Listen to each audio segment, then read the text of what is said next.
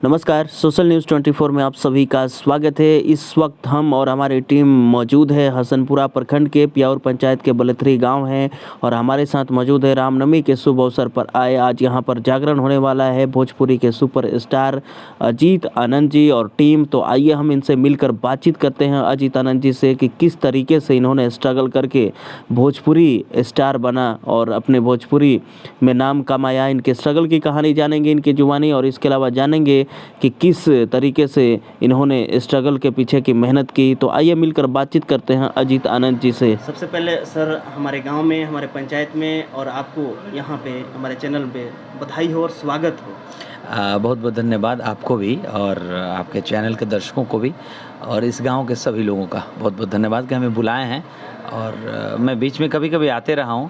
मेरे ज़िला का ये हिस्सा है, हमारा बॉर्डर है छपरा का, छपरा सिवान का बॉर्डर है। हमारे घर से 2 किलोमीटर बगल से सिवान ज़िला शुरू होता है और ये सिवान ज़िला है।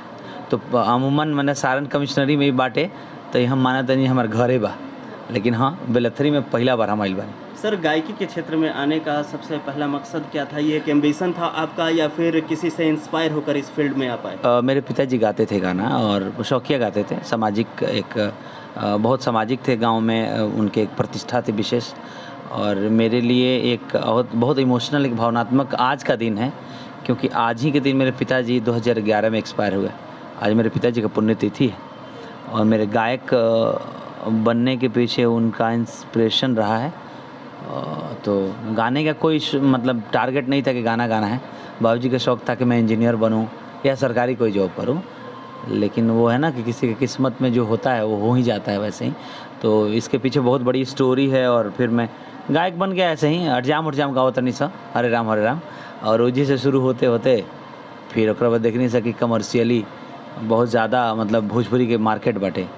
तो भोजपुरी गाने का कोई टारगेट नहीं था कि भोजपुरी गाना है। सोचता था कि कभी गायक बनूं तो बड़ा अच्छा होगा, सिनेमा में हीरो बन जाऊं तो बड़ा अच्छा होगा, लेकिन लगता था कि भोजपुरी को कहीं से नहीं था कि भोजपुरी में। तो गए यहाँ से पटना, तो एक फ्रेंड मिले, वो हमें इंस्पायर किए, बोले कि आप भोजपुरी गाइए, भोजपुरी का युग आने वाला है। तो मतलब 2005-06 के आसपास की बात बता रहे। तो हमारा मन ही नहीं लगता था पढ़ाई में। फिर उसके बाद मैं इधर धीरे धीरे डाइवर्ट होने लगा।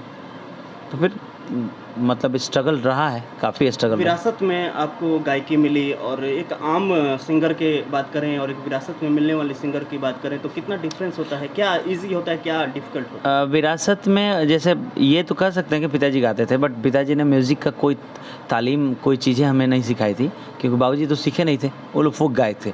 तो फोक गायक क्या है, जैसे प्रकृति का देन है कि लोकगीत गाँव में रह के केहू मान लीजिए गाँव के चाचा काका के खूब टान के गावता, तो केहू उसे सीखले नहीं खे, वो बस यूँ ही चलता बैठता कहीं, वो क्यों गावता तो गा के सुनलस तो वो सीख ले भाई, मैंने विधिवत ना सीखे। तो बाबूजी विधिवत नहीं सीखे थे, ऐसे ही गाते थे, तो ऐसे ही हम भी गाने लगे अखंड उखंड। बहुत सारे स्टार हुए पुराने, भिखारी ठाकुर जी, भरत शर्मा, उन लोगों के बीच में एक पहचान बनाना क्या स्ट्रगल रहा है, कितना डिफिकल्ट होता है? तो वो तो प्रभु के स्वरूप हैं। वो जितने लोग भिखारी ठाकुर जी का नाम लिए हैं या भरत भैया हैं, वो बहुत सीनियर हैं हम लोग के। हम लोगों ने उस समय, जिस समय उनके गाने चलते थे ना, उस समय हम लोग तो सोचते भी नहीं थे कि हम लोग गायक बनना है। मतलब हम लोग गायक बनने के लिए जिस समय मनोज तिवारी भैया, ये लोग, गुड्डू रंगीला लोग, ये लोग जिस समय गायक बने, और इन लोग का गाना जब चरम पे आया, देवी का गाना जब बजने लगा, जब कल्पना के गाने बजने लगे, तब हम लोग के मन में आया था कि मतलब हम गायक बने। उससे पहले गाने का मतलब नहीं, उससे पहले यही होता था कि गाना कहीं बजे तो हम लोग दीवाने की तरह भाग जाते थे, प्रोग्राम हो तो कहीं छुप के चुरा के जाते थे वहाँ देखने के लिए, ऐसा कुछ। जब आप सजाम गाते थे, आज जब आप कहीं पे प्रोग्राम करने जाते हैं, तो जब उस समय आम आदमी और आज जब आप जाते हैं प्रोग्राम करने, तो लोगों की भीड़ लगती है, लोग सेल्फी लेने के लिए आपके पीछे दौड़ते हैं या आपसे रिक्वेस्ट करते हैं, तो कैसा लगता है जब इतनी बड़ी उपलब्धि आपको मिलने के बाद? निश्चित तौर पे मैं पुराने दिनों को, और जिन दिनों में मैं ये सोचता था कि मैं गायक बन जाऊँगा, तो एकमा चट्टी पर जब हम उतरम तो गाँव जाए खातिर, तो लोग हमरा के कही के लइकवा बनू गाना गावेला, मने ये मेरा मैक्सिमम बड़ा सपना था। मतलब ये लगता था कि एकमा तक ले लोग हमरा के चिन्ह जाए, नहीं तो बहुत बड़ा चीज़ हो जाए। तो आप सोच सकते हैं जेकर जे सोचते बजे एकमा तक ले चीनी लोग, इतने बड़ा रेंज में बहुत खुश बा आदमी। उस आदमी को अगर दुनिया में इतने सारे लोग, बिहार के लोग और बाहर के अदर स्टेट में भी लोग पहचाने, भोजपुरिया लोग पहचाने, तो हमारे लिए तो सपने की तरह है। मैं तो इसलिए मैं सोचता भी हूँ कि विनम्रता तो बनी रहनी चाहिए, क्योंकि उन दिनों को याद करो तो लगता है कि ये सपने की तरह लगता था कि इतने सारे लोग में हमरा में का बटे यार जे हम गायक बन जाए, चाहे लोग हमार गाना चल जाई, हमार पहिल के गाना चलल, लेकिन मैं इतना पॉजिटिव सोचता था कि आज हम गाना गाएं अगर अब चल जाई।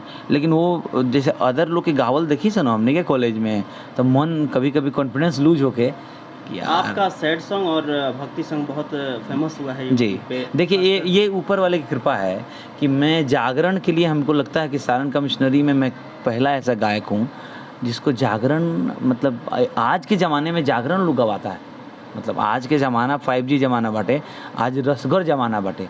आजकल मैंने उतना भक्ति मैंने हमने के यहाँ कम हो गए बटे, बहुत कम बटे, लेकिन फिर भी मुझे लोग याद करते हैं और बोलते हैं कि अजीत भाई आप जागरण अच्छा करते हो, तो हमको हमारे चैनल के माध्यम से फेमस सॉन्ग जरा हो जाए 2 लाइन।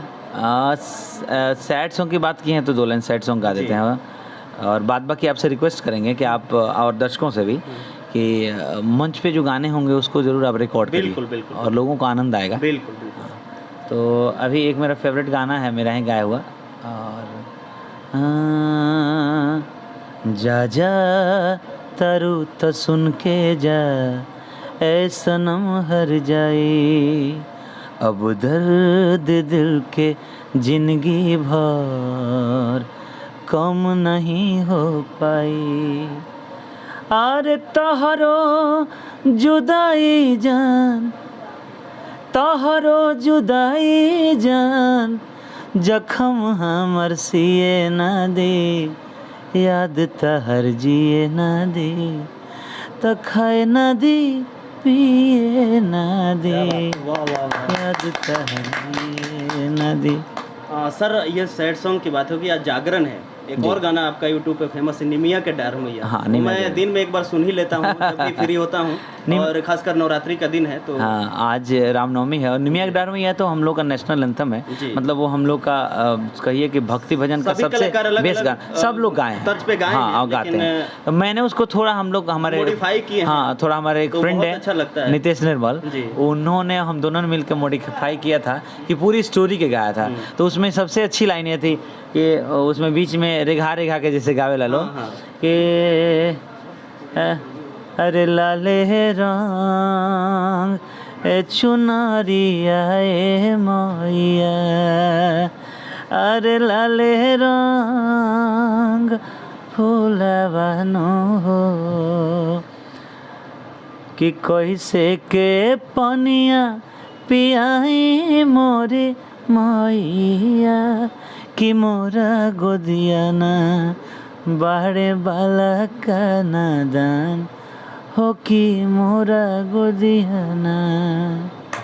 ये भावनात्मक गीत है जी। ये मैं मानता हूँ, मैं कुछ सीखा नहीं हूँ म्यूज़िक हमने कुछ नहीं सीखा, ये मेरे लिए ये सौभाग्य नहीं मुझे प्राप्त हुआ कि मैं म्यूज़िक सीखूं, लेकिन अपने जूनियर से बोलूँगा कि ज़रूर सीखें आपको म्यूज़िक। बहुत लड़के सिंगिंग का चाह रखते हैं जी। छोटे छोटे बच्चे भी आज इंटरेस्टेड रख रहे हैं, उनके लिए क्या टिप्स देंगे? देखिए मेरा एक शौक़ है, हर आदमी का शौक़ होता है, मेरा शौक़ है कि मैं अपने जूनियर्स को मदद करूं। आज के डेट में मतलब जब से हम गा रहे हैं तब से हमारे साथ बहुत सारे जूनियर्स हमारे साथ आए और वो बहुत आगे भी निकला और बहुत बड़ा नाम किया। तो उनके लिए तो यही कहेंगे कि बाद बाकी हिट होने के लिए तो हिट होने का फंडा अलग है, हिट होने का फंडा ही दूसरा है।